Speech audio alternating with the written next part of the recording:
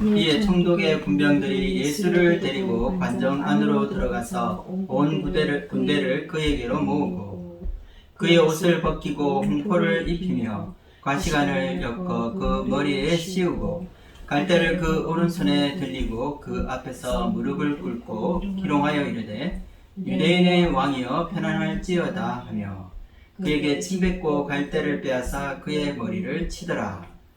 희롱을 다한 후 홍포를 벗기고 도로 그의 옷을 입혀 십자가에 못 박으려고 끌고 나가니라. 나가다가 시몬이란 구레네 사람을 만나매 그에게 예수님의 십자가를 억지로 지워가게 하였더라. 골고다 즉 해굴의 곳이라는 곳에 이르러 쓸개탄 포도주를 예수께 주어 마시게 하려 하였더니 예수께서 맛보시고 마시고자 하지 아니하시더라. 그들이 예수를 십자가에 못 박은 후에 그 옷을 제비 뽑아 나누고 거기 앉아 지키더라. 그 머리 위에 있는 유대인의 왕 제수라 쓴 제패를 붙였더라. 이때 예수와 함께 강도 둘이 십자가에 못 박히니 하나는 우편에 하나는 좌편에 있더라.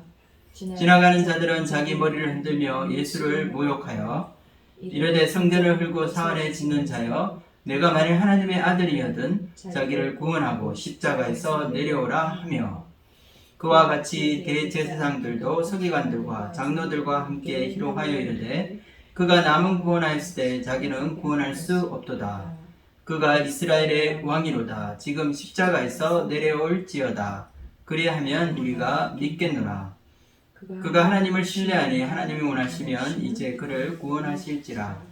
그의 말이 나는 하나님의 아들이라 하였도다 하며 함께 십자가에 못 박힌 강도들도 이와 같이 욕하더라. 아멘. 오늘 말씀에서 우리는 예수님께서 그 십자가를 지시고 사형장으로 끌려가시며 마침내 십자가 위에 달리시는 이 장면을 보게 됩니다. 저자 마태는 이 당시 십자가형이 익숙했고 또한 그 참혹함을 경험했던 1세기 독자들에게 자기 감정이 절제된 간략하고 정제된 사실적인 기술만으로 글을 써내려가고 있습니다. 초대 교회 당시 유대 크리스찬들의 눈으로 오늘 말씀을 지켜보면서 이 저자 마태가 숨겨둔 곳곳에 이 암시와 상징들이 있음을 알 수 있습니다. 오늘 말씀을 저와 함께 나누면서 이 골고다 언덕으로 함께 들어가 우리를 위해 이 고난당하신 메시아 예수님을 만날 수 있기를 기도합니다. 우리 함께 27절 말씀을 읽어보겠습니다. 이에 이 총독의 군병들이 예수를 데리고 관정 안으로 들어가서 온 군대를 그에게로 모으고 우리가 알다시피 1세기 이 당시 로마 군대는 잔인하기로 유명하였습니다. 이들은 죄인들을 함부로 다루며 그들의 인격을 모욕하는 것을 서슴지 않았던 것입니다. 끝에 이 뼈 조각이 들어있는 이 살을 찢어내는 이 채찍질을 당하신 예수님께서는 이미 몸이 많이 상하셨으며 또한 출혈로 인해서 기력이 상실된 상태였습니다. 이와 같이 무방비 상태에서 이 군인들의 무자비한 폭력이 가해질 때 인간의 육체의 한계 속에 느끼게 되는 죽음의 공포는 우리가 상상할 수 없을 것입니다. 예수님의 등은 찢어져서 걸레처럼 너덜너덜해져 있었으며 머리에는 피가 흘러내리고 있었습니다. 28절에서 29절 말씀을 읽겠습니다. 그의 옷을 벗기고 홍포를 입히며 가시관을 엮어 그 머리에 씌우고 갈대를 그 오른손에 들리고 그 앞에서 무릎을 꿇고 희롱하여 이르되 유대인의 왕이여 평안할지어다 하며 일반적으로 이 채찍질을 할 때는 이 로마 이 군병들이 옷을 벗기게 되는데 이들이 옷을 벗긴 후 오늘 말씀을 보면 홍포를 입혔다고 나와 있습니다. 여기서 이 홍포라는 것은 이 군인들이 사용하는 의복을 말한다고 합니다. 이것은 값싼 이 붉은색 염료를 칠한 옷이었습니다. 그래서 이들은 로마의 귀족이나 왕족이 입고 있었던 그 당시 고가의 이 자주색 옷을 대신해서 이 붉은색 옷을 예수님께 입혔습니다. 예수님 머리 위에 씌운 이 가시는 이스라엘 주변에서 흔히 볼 수 있는 종려나무 밑동에 자라는 이 가시일 가능성이 많다고 합니다. 유대인의 왕이라는 제명으로 잡혀온 예수님에게 이 잔인한 군병들은 이 홍포의 옷을 입히고 마치 왕처럼 패러디 한 후에 침을 뱉고 조롱하며 예수님에게 극단적인 수치심을 조장하고 있었던 것입니다. 이스라엘에 주둔하고 있던 군인들은 모두 고향을 떠나 자신의 영고와 상관없는 외국에서 황제를 위해서 복무하는 용병들이 많았습니다. 식민지 백성들의 입장에서는 이 로마 군병들이 너무나 믿고 싫겠지만 그 반대로 이 자기 나라를 떠나 머나먼 타국에서 군생활을 하고 있던 이 로마군의 입장에서 보면 이것은 이 외롭고 힘든 병영 생활이었을 것입니다. 밀란으로 이 자기 동료가 발랑군을 진압하다가 죽거나 다치는 것을 자주 보게 되었을 것입니다. 그래서 하루가 멀다 하고 자주 발생하는 이 폭도들의 무서운 저항과 또 피비린내 나는 이 전투가 반복되고 있는 일상에 이들은 지치고 진저리가 나고 있었을 것입니다. 그래서 이들은 폭도를 일으킨 주범이나 혹은 이 반란군의 이 주동자가 잡혀오면 자신들이 그동안 쌓아왔던 이 분노를 터뜨리며 이 조롱과 조소를 쏟아 부어 그들 나름대로 이 복수하는 쾌감을 즐기려 했을 것입니다. 다 함께 30절에서 31절을 읽겠습니다. 그에게 침 뱉고 갈대를 빼앗아 그의 머리를 치더라. 희롱을 다한 후 공포를 벗기고 도로 그의 옷을 입혀 십자가에 못 박으려고 끌고 나가니라. 많은 사람 앞에서 옷을 벗는다는 것이 크나큰 이 수치라고 여겼던 유대인의 문화를 그들은 알고 있었던 것 같습니다. 그래서 보통 이 제수들은 사형장으로 끌려가는 그 길에서는 옷을 입혔다고 합니다. 유대인의 관점에서 볼 때 이와 같이 희롱한다는 것은 수치를 준다는 의미가 될 것입니다. 예수님은 이와 같이 이사야의 이 고난의 이 종으로서 우리를 위해 대신 멸시와 천대를 당하시고 고초를 겪으신 것입니다. 우리 함께 이사야 53장 3절 말씀을 읽어보도록 하겠습니다. 그는 멸시를 받아 사람들에게 버림받았으며 강고를 많이 겪었으며 질고를 아는 자라. 마치 사람들이 그에게서 얼굴을 가리는 것 같이 멸시를 당하였고 우리도 그를 귀히 여기지 아니하였도다. 십자가형을 선고받은 죄인은 자기가 못 박힐 이 십자가 중에 이 가로막대를 등에 지고 그 처형 장소까지 갔으며 마지막에 이 처형 장소에 이미 세워져 있는 이 세로 막대에 부착시킨다고 합니다. 그러나 예수님은 이미 십자가를 지고 갈 체력이 남아있지 않았습니다. 32절을 제가 읽어보겠습니다. 나가다가 시몬이란 구레네 사람을 만나매 그에게 예수의 십자가를 억지로 지워가게 하였더라. 여기 보면 구레네 출신의 시몬이라는 사람이 나옵니다. 여기서 구레네라는 지역은 이 아프리카 리비아의 이 수도였던 트리폴리라고 말한 학자들이 있습니다. 리비아의 이 트리폴리는 BC 586년에 이 유대가 멸망한 뒤에 이집트의 알렉산드리아 지역과 마찬가지로 유대인들이 이주해서 많이 살던 곳이었다고 합니다. 구레네 시몬은 이 교회 역사를 살펴볼 때 나중에 이 기독교로 개종했음을 알 수 있습니다. 그의 아들이 로마서 16장에 등장하는 루포라는 이름으로 나오고 있습니다. 이와 같이 예수님이 지고 가셨던 십자가를 함께 지게 되는 인연으로 그는 그뿐 아니라 그 가족들이 모두 기독교 신앙을 가지게 되었던 것입니다. 이제 해골의 곳이라고 하는 골고다 언덕에 다다르게 되었습니다. 33절을 읽겠습니다. 골고다 즉 해골의 곳이라는 곳에 이르러. 여기서 이 말하고 있는 이 골고다라는 것은 원래 아람어에서 시작한 말입니다. 해골이라는 뜻으로 사용된 이 아람어 이 굴굴타라는 이 단어를 헬라어로 번역한 것입니다. 해골의 곳이라고 전해지는 이 사형장에 도착한 후 이들은 예수님을 십자가에 못 박았습니다.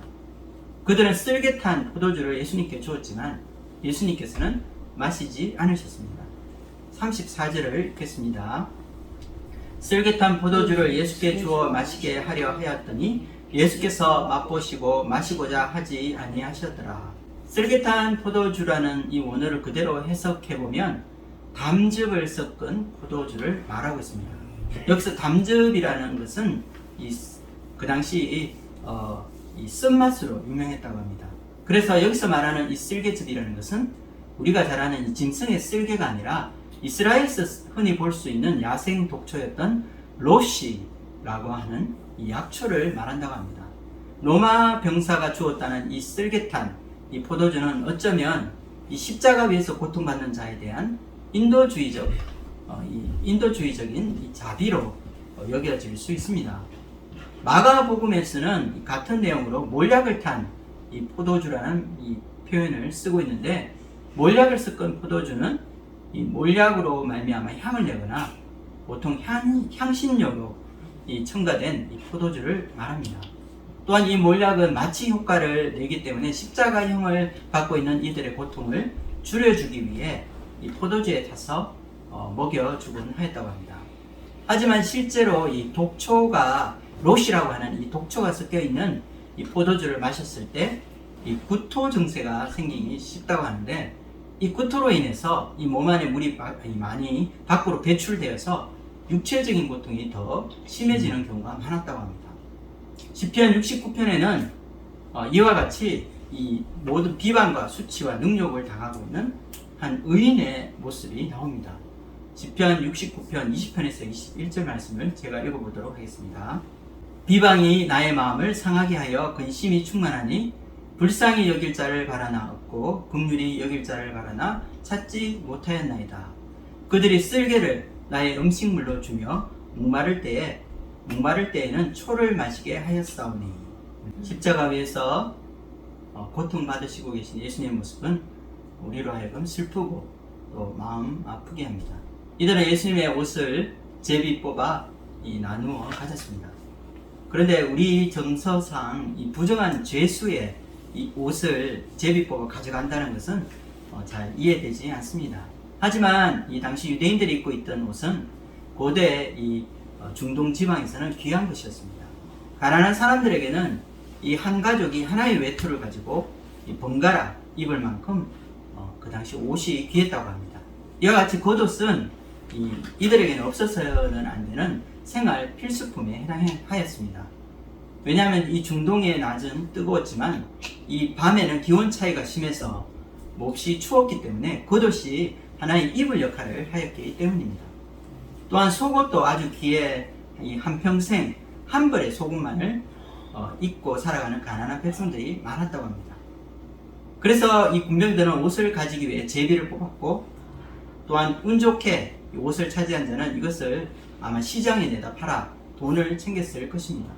메시아의 예언으로 이 시편 22편이 또한 나오는데, 십자가에 못 박혀 신음하는 가운데 군병들이 이 겉옷을 제비 뽑는 장면이 나오고 있습니다. 다 함께 시편 22편 14절에서 18절 말씀을 읽어보도록 하겠습니다. 나는 물같이 쏟아졌으며 내 모든 뼈는 어그러졌으며 내 마음은 밀랍 같아서 내 속에서 녹았으며 내 힘이 말라 질그릇 조각 같고 내 혀가 입 천장에 붙었나이다.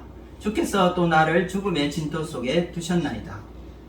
개들이 나를 에워쌌으며 악한 무리가 나를 둘러 내 수족을 찔렀나이다. 내가 내 모든 뼈를 셀 수 있나이다. 그들이 나를 주목하여 보고 내 겉옷을 나누며 속옷을 제비 뽑나이다. 이와 같이 시편 22편 말씀을 보면 의로운 하나님의 종, 바로 고난의 종이 악한 무리들에 의해 수족이 찔리는 고통을 당하고 몸에 뼈가 으스러지는 장면을 묘사하고 있습니다. 이것은 십자가 위에서 당하신 예수님의 고통을 너무나 구체적이고 사실적으로 보여주는 충격적인 말씀입니다. 예수님은 십자가의 고난을 당하시고 마음이 밀랍처럼 녹았으며 힘이 말라 질그릇 조각같이 되는 이 참혹한 고통 속에서 신음하고 계셨던 것입니다. 이와 같이 시편 22편은 유대인이 자주 사용하는 기도문의 하나였다고 합니다. 보통 유대인들은 매일 오전과 오후 두 번의 기도를 드리는데, 이때 상번 제사를 드릴 때 낭송되는 이 시편이 바로 이 시편 22편이었다고 합니다. 이들은 자신들이 메시아의 고난에 대한 기도를 드리고 있다는 사실을 알지 못한 채 매일 두 번 시편 22편 말씀을 암송하고 있었던 것입니다. 어릴 적부터 이 구약 말씀을 거의 암기하다시피 하던 유대인들에게서 이 성경에 나오는 수많은 말씀들이 예수님의 십자가의 죽음과 연관되어 있다는 사실은 너무나도 놀라운 말씀입니다. 그래서 이 종교개혁자 마틴 루터는 성경은 그리스도가 누우신 구유이다 라는 말을 하였습니다. 예수님께서도 부활하신 후에 엠마오로 낙향하고 있던 제자들을 찾아오셔서 그들의 감겨있던 눈을 뜨게 하시고 구약과 이 선지자들의 이 모든 글들이 예수님 자신에 대한 그림을 깨우쳐 주셨습니다. 또한 오늘 38절 말씀에 보면 십자가 양쪽으로 이 강도 둘이 하나는 우편에 하나는 좌편에 있다는 말씀이 나오는데, 이것은 예수님이 범죄자 중 하나로 희아림을 받았다는 이사야 53장 12절의 말씀이 성취된 말씀이라고 할 수 있습니다. 또 39절 말씀, 이 39절에 나오는 지나가는 자들이 자기 머리를 흔들며 예수님을 모욕했다는 말씀 또한 시편 22편 7절에 나오고 있으며, 고난당하는 의인을 조롱하고 머리를 흔드는 자들에 대한 구절이 표현되고 있음을 우리는 알 수 있습니다.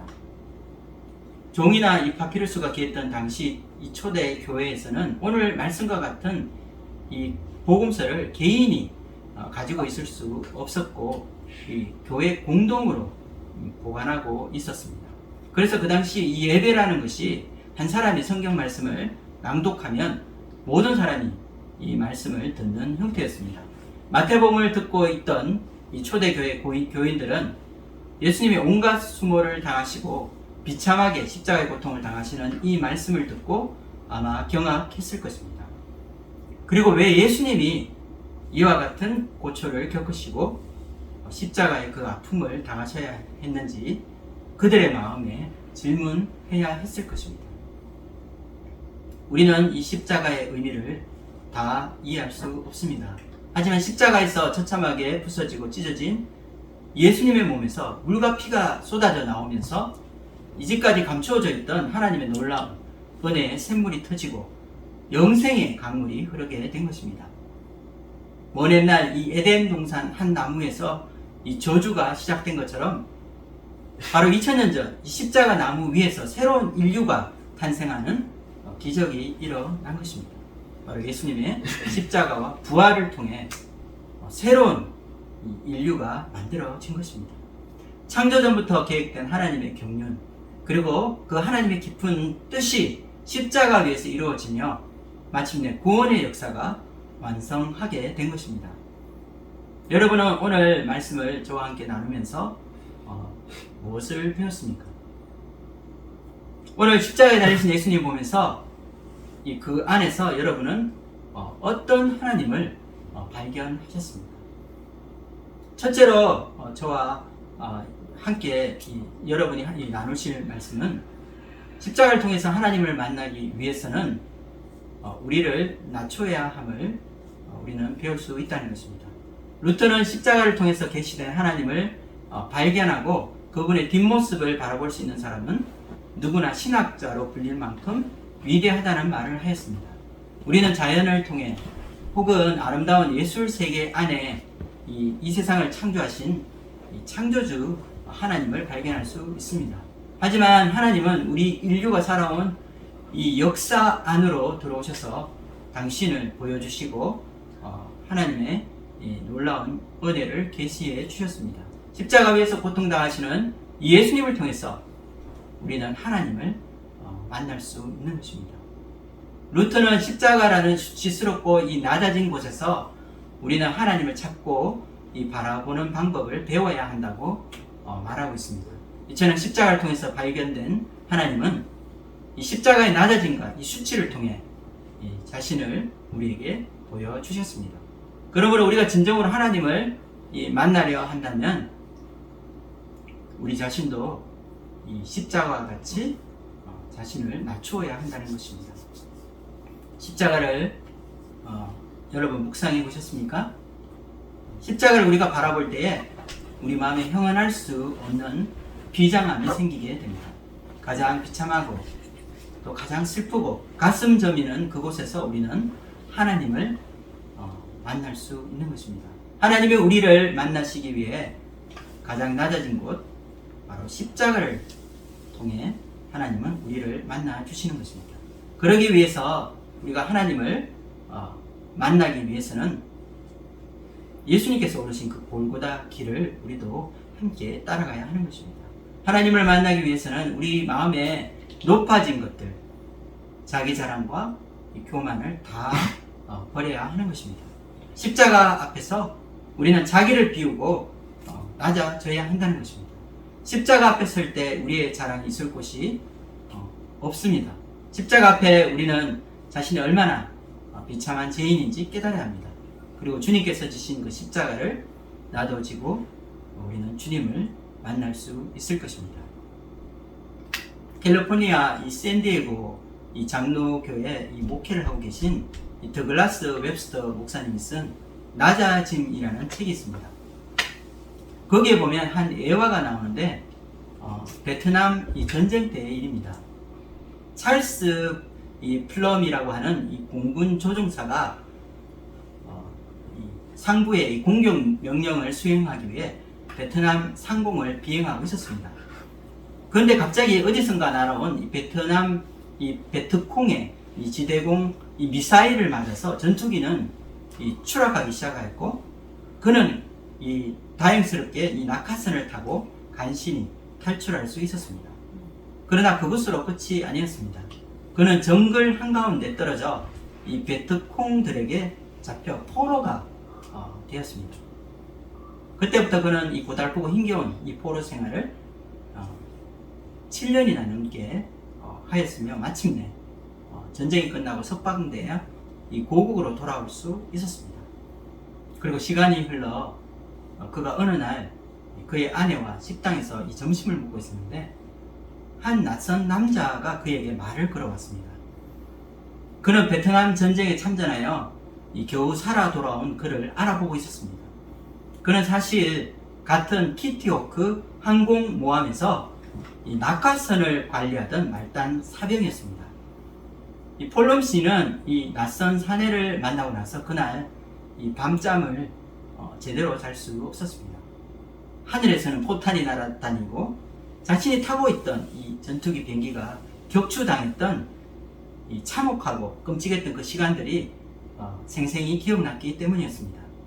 그는 이 공군 장교로 전투기 조종사였고 그가 만났던 그 사람은 낙하산을 접는 일을 담당했던 보잘것없는 사병이었습니다. 그러다 만약 그때 그가 이 전투기에서 이 폭격당한 이 전투기에서 떨어지고 있을 때 낙하산이 제대로 펴지지 않았더라면 그는 그 자리에 살아있지 못했을 것입니다. 전쟁에서 구사 일생으로 살아남을 수 있었던 것은 장교인 그가 보기에 별 볼 일 없다고 생각하던 한 사병이 세심하고 정교하게 이 낙하선을 잘 접어두고 관리한 덕분이었습니다. 지금도 우리가 살아 숨쉬고 있는 것은 우리가 모르는 가운데 낮은 자리에서 수고하고 희생하고 있는 어떤 사람들의 열매일 수 있습니다. 여러분이 구원받고 하나님의 자녀가 된 것은 수치스럽고 비참한 이 십자가 위에서 그분이 나를 위해 고난을 받으시고 죽으셨기 때문입니다. 우리가 신앙생활을 한다는 것은 이 세상에 살아가면서 바로 낮아져 이 십자가의 고난을 감당하신 이 예수님의 마음을 배우는 것이라 말할 수 있습니다. 우리 함께 빌립보서 2장 5절에서 8절까지 말씀을 읽어보도록 하겠습니다. 너희 안에 이 마음을 품으라. 곧 그리스도 예수의 마음이니 그는 근본 하나님의 본체시나 하나님과 동등됨을 취할 것으로 여기지 아니하시고 오히려 자기를 비워 종의 형체를 가지사 사람들과 같이 되셨고 사람의 모양으로 나타나사 자기를 낮추시고 죽기까지 복종하셨으니 곧 십자가에 죽으시니라. 너희 안에 이 마음을 품으라. 그리스도 예수의 마음. 바로 이 예수님의 겸손하신 이 사랑의 마음은 바로 자신이 하나님과 동등됨에도 불구하고 그것을 취하지 않으시고 오히려 이 종의 이 모양으로 사람들과 같이 되셨으며 또 자기를 낮추시고 죽기까지 우리를 위해 순종하신 십자가의 사랑입니다.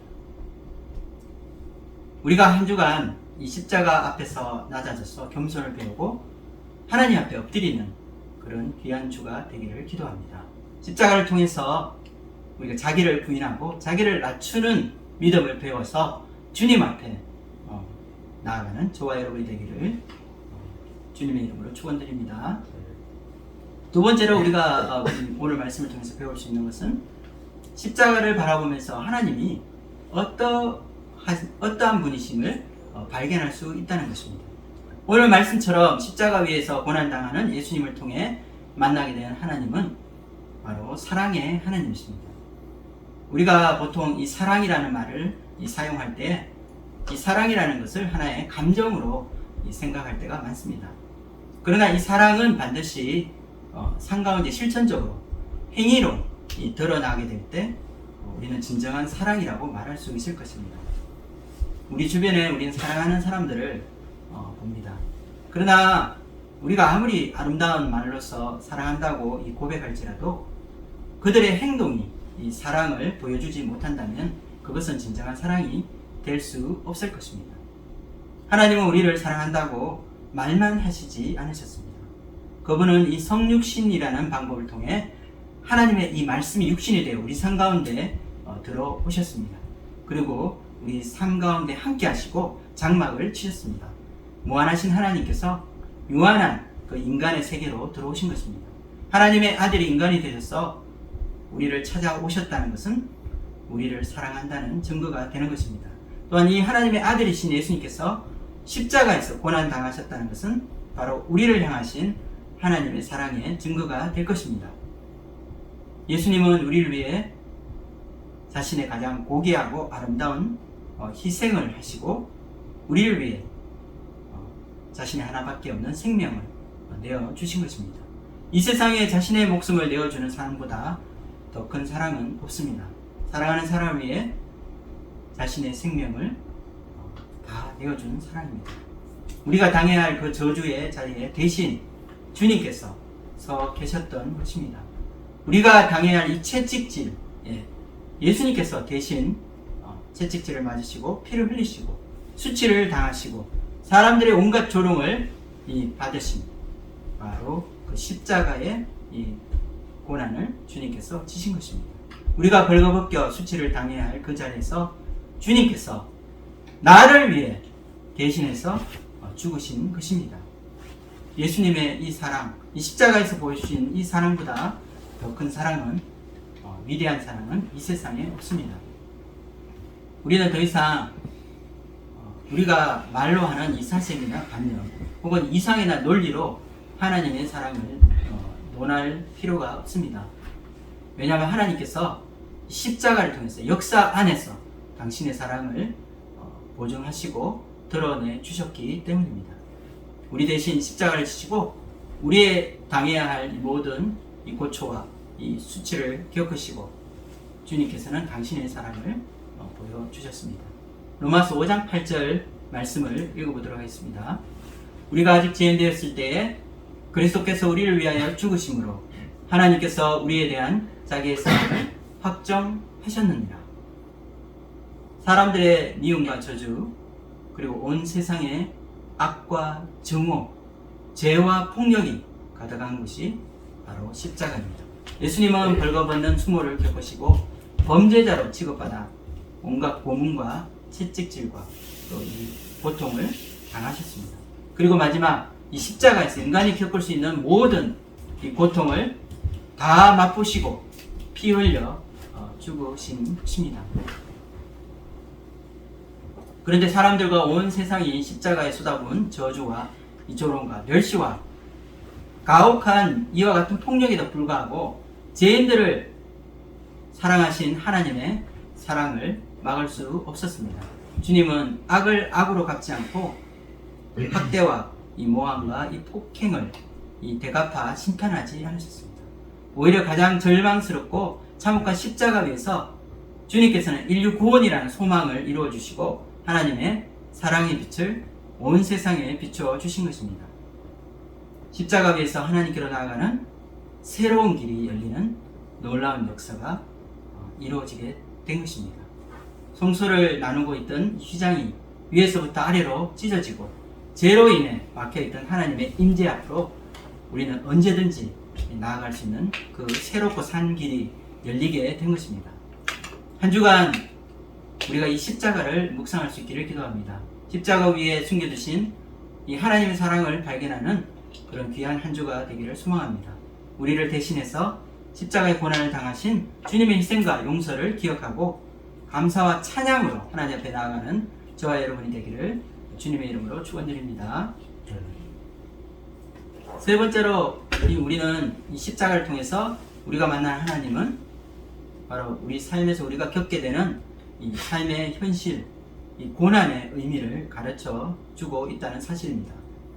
2세기에 잘 알려져 있는 이 순교자 이 저스틴은 십자가에 달리신 메시아라는 복음이 이 세상에서 보된다는 것이 그 당시 그가 살았던 이 알렉산드리아 지역과 모든 이 듣고 있는 사람들에게 얼마나 이 폭발적인 이 메시지가 되고 있는지 말해주고 있습니다. 이 당시 십자가는 가장 치욕적이고 가장 수치스러우며 모욕적인 것이었습니다.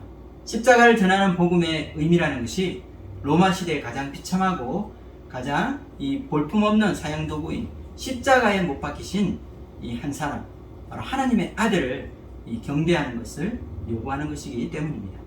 그러나 21세기를 살아가는 현대인들에게도 십자가는 여전히 수치스러운 것이라 말하고 있습니다. 그래서 우리는 세련되고 지성적인 현대 기독교에서 오히려 이 십자가의 수치를 없애버리려는 노력을 하고 있는 것입니다. 괴테는 이와 같은 기독교의 병폐를 십자가를 장미로 장식하였다고 표현하였습니다. 십자가가 너무 수치스럽고 혐오스러운 것이기 때문에 십자가의 그 원래의 모습을 각색하고 문학적인 수식, 낭만주의로 결합하여서 십자가의 가혹함을 이 부드러움의 상징으로 변화시켰다는 말을 하는 것입니다. 이와 같이 십자가에서 이 수치와 어리석음이 제거되어서 아름답게 포장되고 십자가의 원래 모습을 이 감추는 그런 일이 일어나고 있습니다. 세련되며 이성적인 종교로 이 바꾸어 놓은 바로 현대 기독교가 바로 그것입니다.